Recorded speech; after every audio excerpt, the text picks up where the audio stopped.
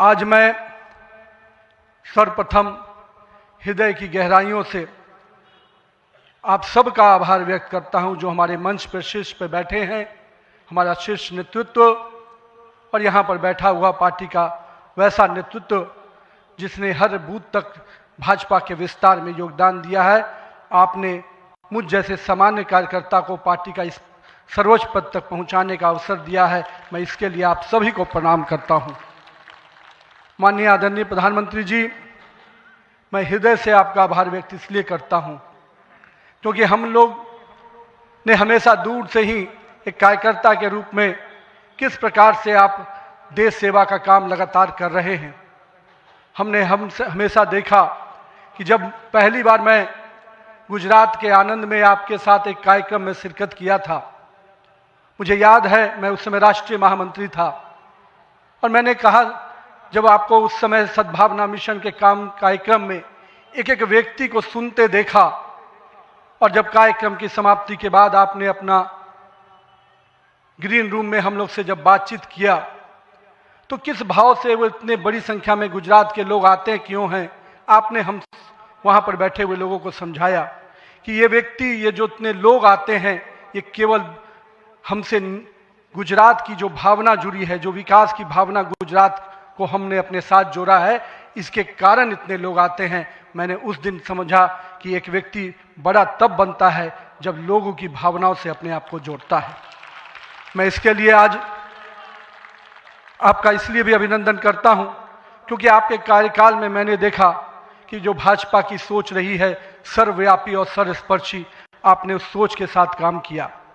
आपने जो मूल मंत्र दिया, सबका साथ, सबका विकास, सबका विश्वास, सबका प्रयास, आज देश का हर पूरा जनमानस उसके साथ अपने आप को जोड़कर देख रहा है।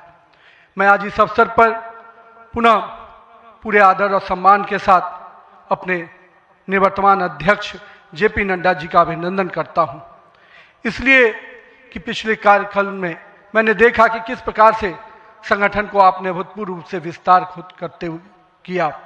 साथ ही साथ कार्यकर्ता आधारित कैसे राजनीति हो, इसको आपने बढ़ाया।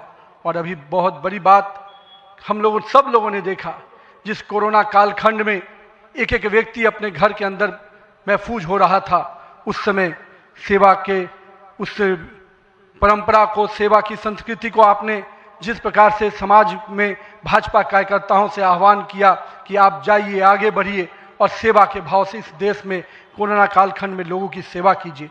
पूरा संगठन आपके साथ खड़ा रहा। माननीय प्रधानमंत्री जी का जो निर्देश था उसको आपने जिस तरीके से लागू किया वो हम सब कार्यकर्ताओं के लिए अनुकरणीय हुआ। और मैं इसलिए उस समय को याद करता हूं कि जब विपक्ष के लोग घर में दुबके थे और भाजपा कार्यकर्ता हर काल कोरोना के पीड़ितों की सेवा में लगा था, वो कहीं ना कहीं माननीय प्रधानमंत्री जी का यशस्वी नेतृत्व था, आपका मार्गदर्शन था, तभी हम उस कालखंड से, उस आपदा से निकलकर बाहर आ पाए। मैं आज इस अवसर पर पार्टी के अपने पूर्व के सभी राष्ट्रीय अध्यक्ष को स्मरण भी करता हूं और हमारे कई राष्ट्रीय अध्यक्ष जो यहाँ पर बैठे हैं, मैं उनका भी अभिवादन करता हूं।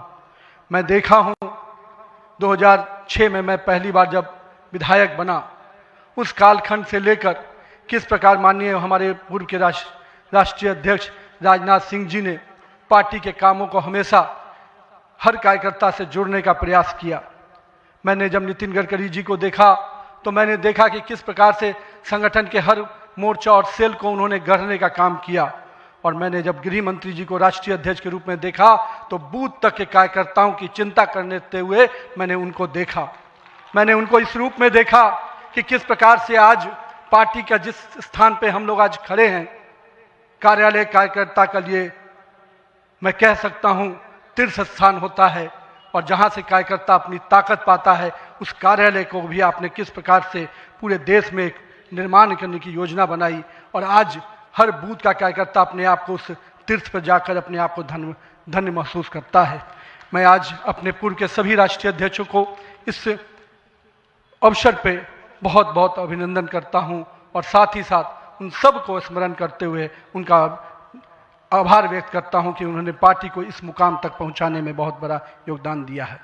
मैं आज नमन करता हूं उन लाखों कार्यकर्ताओं को जिन्होंने पार्टी का संगठन राष्ट्रवाद के विचार और भारत माता की मान बढ़ाने के लिए अपना जीवन न्यौछावर किया।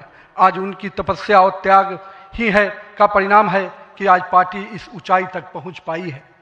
मैं उस भूमि से आता हूं जहां महात्मा बुद्ध, महावीर, चाणक्य, सम्राट अशोक, आर्यभट्ट, गुरु गोविंद सिंह, जेपी, राजेंद्र बाबू और जननायक कर्पूरी ठाकुर की वो भूमि को भी मैं नमन करता हूं, उस पाटलिपुत्रा की भूमि को भी नमन करता हूं। साथ ही साथ इस अवसर पे मैं अपने माता और पिता को भी निश्चित रूप से स्मरण करते हुए उनको नमन करता हूं, क्योंकि कहीं ना कहीं आज मेरे व्यक्तित्व में किसी एक शख्सियत का मैं मानता हूं तो निश्चित रूप से मेरे माता पिता का संस्कार, पार्टी का विचार और कहीं ना कहीं मेरे बड़ों का मार्गदर्शन मुझे यहाँ तक पहुँचाया है और मेरे कार्यकर्ताओं का स्नेह मुझे यहाँ पर पहुँचाया है। आज के दिन मैं अपने क्षेत्र की जनता को भी प्रणाम करता हूँ, जिसने मुझे एक विधायक के रूप में चुना जरूर, पर संगठन ने मुझे जिस प्रकार से गढ़ने का काम किया, आज मैं इसी कारण से उस जनता के आशीर्वाद और पार्टी के मार्गदर्शन के कारण यहाँ तक पहुँच पाया हूँ। आज का क्षण मेरे लिए संकल्प का क्षण है। आज सिर्फ एक पद को धारण नहीं कर रहा हूँ, मैं पार्टी के इस विचार को, परंपराओं को, एक राष्ट्रवादी आंदोलन की जिम्मेदारी को स्वीकार कर रहा हूँ। और मैं इस अवसर पर साथ अपने सभी वरिष्ठ कार्यकर्ताओं को भी प्रणाम करता हूँ। साथियों, हम लोगों ने देखा है श्यामा प्रसाद मुखर्जी जी का प्रखर राष्ट्रवाद किस प्रकार से हमारे हर कार्यकर्ताओं के मन में बसा हुआ है। पंडित दीनदयाल जी के उपाध्याय के अंत्योदय और माननीय स्वर्गीय अपने सधे भारत रत्न अटल बिहारी वाजपेयी जी का सुशासन की राजनीति, आज माननीय प्रधानमंत्री जी उसको आत्मसात करते हुए विकसित भारत की परिकल्पना हम सबके सामने रखी है। और आज 140 करोड़ भारतवासी अपने आप को इस विकसित भारत के सपने के साथ जोड़कर देश को आगे बढ़ाने में लगा है। मैं इसके लिए तहे दिल से माननीय प्रधानमंत्री जी का आभार व्यक्त करता हूँ। अभी माननीय प्रधानमंत्री जी अपने संबोधन में बता रहे थे किस प्रकार से अंत्योदय की योजनाओं को उन्होंने नीचे उतारा है। जल जीवन मिशन ही नहीं, हम महिलाओं को 11 करोड़ शौचालय की योजना को भी याद करना चाहेंगे। किस प्रकार से महिलाओं का सम्मान बढ़ा, 4 करोड़ लोगों को पक्के मकान मिले, 42 करोड़ लोगों को आयुष्मान भारत, 56 करोड़ लोगों के जनधन खाते खुले। मुझे आज भी याद है जब जनधन खाता खोलाने की बात हो रही थी तो कई लोग देश में, जब हम भाजपा के लोग इसको आगे बढ़ा रहे थे तो लोग हमारा मजाक उड़ा रहे थे। पर मैं आज भी मानता हूं गरीब के खाते में अगर 1 रुपया दिल्ली से चलता है तो 1 रुपया अगर गरीब के खाते में पहुंच पाता है तो ये कहीं ना कहीं उस जनधन खाते का वरदान के रूप में मैं देखता हूं। मैं आज के दिन माननीय प्रधानमंत्री जी के इस सबके साथ और सबके विकास के इस नारे को फलीभूत होता देख रहा हूं।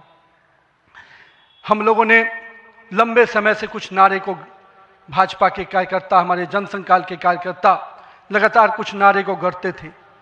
रामलल्ला हम आएंगे, मंदिर वहीं बनाएंगे, जहां हुए बलिदान मुखर्जी वो कश्मीर हमारा है, एक देश में 2 विधान, 2 प्रधान, 2 निशान नहीं चलेगा। साथियों, आज भाजपा के कार्यकर्ताओं ने वो कालखंड देखा जब अयोध्या का भव्य राम मंदिर का मार्ग प्रशस्त हुआ। आज जम्मू कश्मीर की जनता ने 370 धारा से मुक्ति का दौर देखा। आज सांस्कृतिक व राष्ट्रवाद की विचारें और मजबूत हो रही हैं। साथियों, मुझे याद है अब वो समय जब हम लोग आज श्रीनगर के लाल चौक पर तिरंगा लहराते देखते हैं तो गर्व की अनुभूति होती है। हमने वो दौर भी देखा था जब पाकिस्तान के झंडे लहरा रहे थे और दिल्ली की सरकार बैठकर मौन बैठी थी उस समय, क्योंकि वो समय हम लोगों ने युवा मोर्चा के कालखंड में काम करने का जब मौका मिला था तो हमने देखा था उस समय जब माननीय प्रधानमंत्री जी उस कालखंड से 370 को समाप्ति किए तो कहीं ना कहीं पूरे कश्मीर की फिजा बदली है और आज कश्मीर का लाल चौक तिरंगे से लहराया नहाया नजर आता है। ये परिवर्तन हमारे देश में आया है। साथियों, हम भारतीय जनता पार्टी के उस समान राजनीतिक दल नहीं जिसके लिए हम काम करते हैं, हम उस विचार के साथ काम करते हैं जिस विचार से हम राजनीतिक अभिव्यक्ति के साथ साथ उस नारे के साथ काम करते हैं जहां राष्ट्र प्रथम के नारे, नेशन फर्स्ट, पार्टी नेक्स्ट और सेल्फ लास्ट, माननीय प्रधानमंत्री जी ने इस नारे के साथ हम लोग को जोड़ा है, हमारे नेतृत्वकर्ता ने हमें जोड़ा है और हम सब के लिए ये प्राथमिकता होनी चाहिए कि हम राष्ट्र के आगे रखकर ही अपने कामों को आगे बढ़ाएं। साथियों, हम अपने नेतृत्वकर्ता के संघर्ष और बलिदान से सीखने की आवश्यकता है। ये हम वैसे राजनीतिक दल के लोग हैं जहां राजनीतिक सत्ता नहीं साधना है, राजनीतिक भोग नहीं त्याग है, राजनीतिक ऐशो आराम नहीं तपस्या है, राजनीति कोई पदभार नहीं उत्तरदायित्व है। तो आइए हम सब कार्यकर्ता इस संकल्प के साथ अपने नेतृत्वकर्ता के इस परिश्रम और पुरुषार्थ के साथ अपने आप को जोड़ें। मेरे प्रिय कार्यकर्ता साथियों, यदि भाजपा आज विश्व की सबसे बड़ी राजनीतिक दल बनी है तो इसका मुख्य कारण हमारा प्रेरणादायी नेतृत्व है, हमारा विचारधारा है और हमारे लाखों कार्यकर्ताओं का मेहनत है। वो कार्यकर्ता जो बिना फोकस में आए अनवरत काम करता है, वो कार्यकर्ता जो कठिन से कठिन परिस्थिति में भी भारत का ध्वज झुकने नहीं देता है, वो कार्यकर्ता जो सीना ठोक के कहता है तेरा वैभव अमर रहे माँ, हम दिन चार रहे न रहे। आइए इस भारत की कल्पना को जो माननीय प्रधानमंत्री नरेंद्र मोदी के नेतृत्व में लगातार हम आगे बढ़ रहे हैं, आज हम भी उस परिकल्पना के साथ अपने आप को जोड़ें। हमारे नेताओं कार्यकर्ताओं का परिश्रम ही है जो आज हम यहाँ तक पहुँचे हैं, लेकिन वर्तमान पीढ़ी को भी अपने हिस्से का त्याग, तपस्या और पुरुषार्थ करना होगा, क्योंकि विकसित भारत के अगर संकल्प को सिद्धि तक पहुंचाना है, एक ऐसा भारत जहां समृद्धि भी हो, सशक्त भी हो, समरस भी हो, आत्मनिर्भर भी हो, तो हमारे कालखंड के कार्यकर्ताओं को भी अपने हिस्से का पुरुषार्थ, त्याग और तपस्या करना पड़ेगा। साथियों, हमारे प्रधानमंत्री जी ने हमेशा अलग अलग समूहों की बात की। अमृतकाल के लिए 4 समूहों की जो बात की, उसमें युवा, महिला, किसान और गरीब है। हमें अब इन नई पहचानों के साथ आगे बढ़ना है, तभी हम आधुनिक, प्रगतिशील और विकसित भारत की कल्पना को साकार कर पाएंगे। आज 15 अगस्त 2024 के दिन जब माननीय प्रधानमंत्री जी ने आज भी उसकी चर्चा की, और 15 अगस्त 2024 को जब लाल किले की प्राचीर से माननीय प्रधानमंत्री जी ने युवाओं को सार्वजनिक जीवन में आने का आह्वान किया, तो मैं देश के युवाओं से कहना चाहूँगा, राजनीति से दूरी समाधान नहीं, सक्रिय भागीदारी ही समाधान है। आइए एक सकारात्मक राजनीति के लिए युवाओं को आगे आने की आवश्यकता है। लेकिन साथ ही साथ मैं युवा साथियों से कहूँगा, मेरे भाइयों, राजनीति शॉर्टकट नहीं है, राजनीति 100 मीटर का रेस नहीं है, राजनीति लॉन्ग मैराथन है, जहां स्पीड का नहीं स्टेमिना का टेस्ट होगा। तो आइए राजनीति के इस पिच पर हम अपनी जड़ों को मजबूत कर काम करें। और भारतीय जनता पार्टी का वॉच टावर तो बहुत स्ट्रांग होता है मित्रों, इसलिए आप अपने बूथ में निरंतर रूप से काम करते रहिए, अपने मंडल में काम करते रहिए। भाजपा का वॉच टावर, भाजपा का केंद्रीय नेतृत्व इतना मजबूती तरीके से हर पारी से नजर रखता है, कहीं ना कहीं आपको भी उस मुकाम तक पहुंचाएगा। साथियों, आज जब भारतीय जनता पार्टी के कार्यकर्ता माननीय प्रधानमंत्री जी अभी हम सबको बता रहे थे कि किस प्रकार से पंचायत से पार्लियामेंट तक का सफर के लिए हर एक कार्यकर्ता लगे, हम आज इस अवसर पर जहां केरल, महाराष्ट्र, गोवा और अरुणाचल प्रदेश के स्थानीय निकायों में हुई शानदार जीत के लिए अपने सभी कार्यकर्ताओं को और उस क्षेत्र की जनता का भी आभार व्यक्त करते हैं। लेकिन मित्रों, अगर पंचायत से पार्लियामेंट का सफर तय करना है और लगातार हर जगह पर भारतीय जनता पार्टी का परचम लहराना है, तो हमको अपने समय के लिए पूरा मेहनत और परिश्रम की पराकाष्ठा करनी होगी। क्योंकि अगर 2047 का विकसित भारत बनाना है तो हमको भी अपने पूरे मेहनत और परिश्रम के साथ उसमें जुड़ना होगा। साथियों, हाल में हमने देखा किस प्रकार से तमिलनाडु के एक पहाड़ी के पवित्र कार्तिकेय दीपम को रोकने का प्रयास विपक्षी दलों के द्वारा किया गया। यह नहीं है किसी रोकने के लिए विपक्ष के लोगों ने साजिश नहीं की। हमें याद है, हम लोग अभी हाल में देख रहे थे किस प्रकार से न्यायाधीश के विरुद्ध भी महाभियोग लाने का प्रयास किया गया। आज हम जब सोमनाथ की बात करते हैं और स्वाभिमान पर्व मनाने की प्रयास करते हैं, तो विपक्षी दलों के लोगों को तकलीफ होती है। हमारा मानना है कि इस तरह की परंपराओं को रोकने वाली ताकतों को परास्त करने की आवश्यकता है। राम सेतु के अस्तित्व को नकारने वाले, कार्तिकेय दीपम का विरोध करने वाली ताकतों को भारत की राजनीति में अब कोई स्थान नहीं मिल सकता, ऐसा हमें प्रयास करना है। साथियों, अगले कुछ महीने में तमिलनाडु, असम, बंगाल, केरल और पुडुचेरी में चुनाव होने जा रहा है और वहाँ की डेमोग्राफी की पूरी चर्चा हो रही है। किस प्रकार से बदले हुए डेमोग्राफी में वहाँ चीज़ें बदल रही हैं और हमारे लिए अपने आप में एक चुनौती है। लेकिन हम पूरी तरह से आश्वस्त हैं कि भाजपा का कार्यकर्ता अपने संघर्ष और परिश्रम के बल पर इन 5 राज्यों में सशक्त भाजपा का नेतृत्व प्रदान करने जाएगा। और हम हमेशा विश्वास करते हैं कि हमें अपनी आस्थाओं के केंद्र के लिए और सनातन परंपराओं को, केंद्र को बचाने की लड़ाई अगर लड़नी है तो निश्चित रूप से अपने देश को सुरक्षित रखने की लड़ाई लड़नी है तो इन 5 राज्यों में हमें एक मजबूत ताकत बन के आना है। आज हमारे राष्ट्र की चेतना का उद्घोष का समय, वंदे मातरम का 150वीं वर्षगांठ मना रहे हैं। वंदे मातरम का स्मरण आते ही मन में ऊर्जा और उत्साह बढ़ जाता है। हमें पूरा ध्यान में है कि एक एक व्यक्ति जब वंदे मातरम का जय घोष करता है तो उसके अंदर से जो ऊर्जा आती है वही ऊर्जा इस देश को आगे बढ़ाने में काम आती है।